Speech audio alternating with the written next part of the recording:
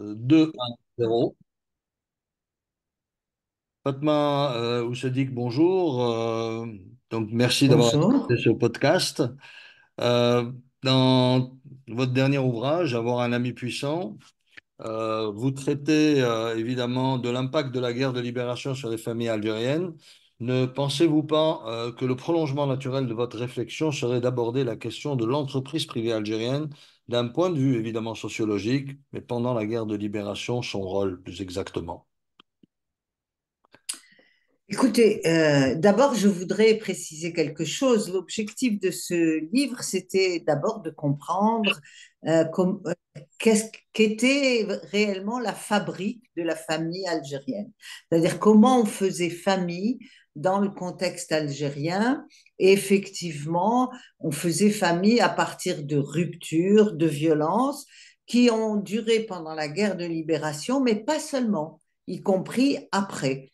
Donc, pendant la guerre de libération, deux grandes problématiques se sont posées à la famille algérienne, la perte des territoires, qui a commencé avec le fait colonial, la perte des territoires et ensuite la perte du nom vers la fin du 19e siècle avec l'établissement de l'état civil au détriment de ce qui dominait précédemment et qui étaient les silsilas de type patriarcal, c'est-à-dire les filiations par le père et par l'appartenance à une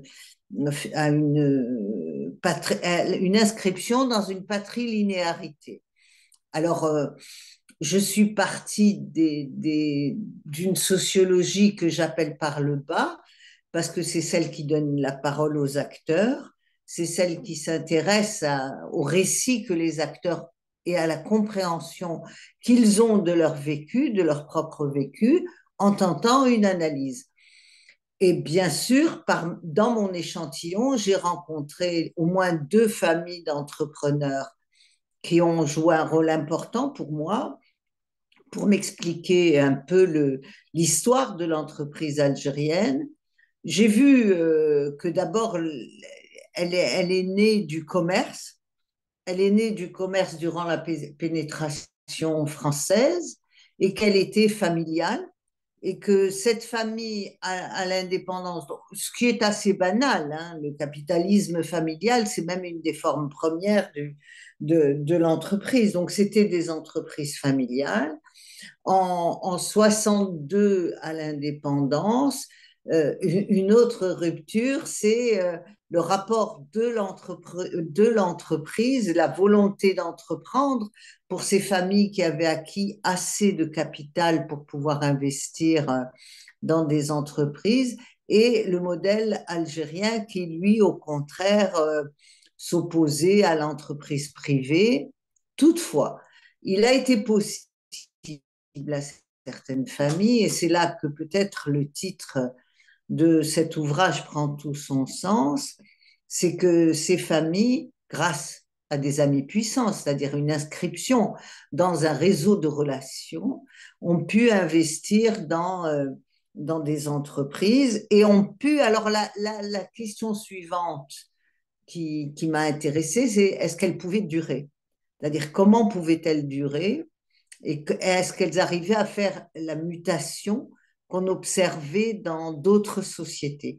Dans d'autres sociétés, si les entreprises au début étaient familiales, peu à peu, elles s'inscrivent dans un jeu capitaliste. On trouve de grandes entreprises familiales dans les pays les plus développés, mais elles s'inscrivent dans un jeu du marché, dans un jeu capitaliste, des règles de l'économie capitaliste. Or, en Algérie, le fait de la nécessité d'un appui sur un réseau de solidarité puissant, a fait que longtemps d'abord ces entreprises sont restées familiales, puisque la famille, c'était vraiment un recours. C'était un recours, et d'ailleurs l'État même la percevait comme ça. cela se voit dans les textes sur la famille, percevait la famille comme un recours pour tous les Algériens.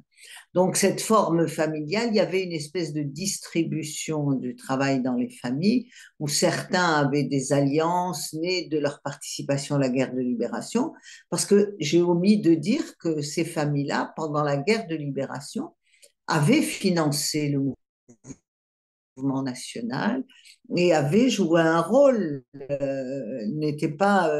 C'est la chose qui m'a le plus frappée, c'est-à-dire qu'alors qu'en 62, elles ont été au nid, en réalité, quand on voit leur récit, quand on voit leur histoire, elles n'ont pas. Comment dirais-je, elles se sont comportées de façon très patriotique hein, dans un grand nombre de cas. Pas toutes, mais dans un grand nombre de cas. En tout cas, les familles de mon échantillon. Et donc, elles avaient conclu des alliances durant la guerre de libération. Et il y avait toujours un, deux, trois membres qui s'étaient fortement impliqués, qui entretenaient ces liens. Et ensuite, je pense que cela s'épuise parce que les réseaux même, et c'est une des conditions, une des conclusions de mon livre, les réseaux ont changé de nature. Et en changeant de nature, les familles se sont trouvées affaiblies ou certains membres ont été intégrés à un jeu qui était différent du jeu de l'entreprise familiale.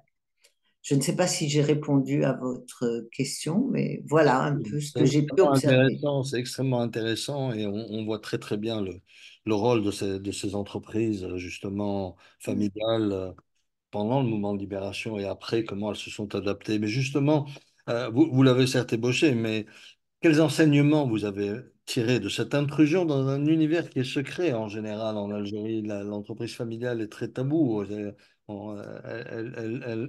interagit avec la société, mais de façon très secrète. Alors, j'ai beaucoup de reconnaissance vis-à-vis de tous mes enquêtés de façon générale. Et c'est pour ça que à chaque fois, je prends la parole pour restituer leurs paroles, pour leur dire leurs récits qui sont très importants pour moi parce que sans eux, ce travail d'analyse n'existerait pas. Alors, ce que j'ai retenu, c'est qu'il y avait une évolution sur la nature des réseaux en Algérie et que de fait, ceux qui s'en tenaient à des réseaux de type familialiste étaient un peu condamnés par l'histoire d'une certaine façon et que s'ils ne rentraient pas dans un jeu d'alliance plus large, ils n'arriveraient pas à survivre. Et d'ailleurs, certaines familles de mon échantillon sont vraiment des familles complètement désuètes parce qu'elles n'ont pas su trouver en elles le ressort pour s'intégrer à des réseaux d'une autre nature que les réseaux dits de la guerre de libération d'abord, ensuite de la famille, de la région, et puis maintenant, le libéralisme s'étant imposé en Algérie, il y a nécessaire, il y a nécessité de s'inscrire dans un jeu qui compte plus de partenaires et qui certaines familles n'y parviennent pas. Donc, Oui. et, et, et certaines continuent de fonctionner avec les valeurs antérieures et de ce fait, elles perdent du terrain. C'est effectivement ce que suggère le titre, avoir un ami puissant. Et ce qui est vraiment puissant, pour moi, ça veut dire euh, avoir une légitimité qui vient de la guerre de libération. Actuellement, enfin, c'est ce que j'ai perçu, moi, dans mon parcours de chef d'entreprise. Et effectivement, probablement que les choses sont en train de changer. Mais est-ce qu'on est toujours dans cette logique de lien puissant et la puissance vient d'une légitimité révolutionnaire? Alors, de liens puissants, c'est une nécessité, je dirais, pour toutes les familles. Parce que dans la mesure où la valeur travail ne s'est pas imposée comme valeur essentielle, avoir un emploi ou la méritocratie, si on veut l'appeler ainsi, avoir un emploi signifie avoir un ami puissant, régler une question dans l'administration signifie avoir une autorisation, signifie avoir un ami puissant. Quand vous interviewez les gens, hein, ce n'est pas des opinions ce ne sont pas des opinions que je suis en train de vous donner. Avoir un problème en justice demande aussi d'avoir un ami puissant. C'est-à-dire qu'il y a une dérégulation des règles du fonctionnement institutionnel. Les institutions fonctionnent plus au réseau que à la légitimité.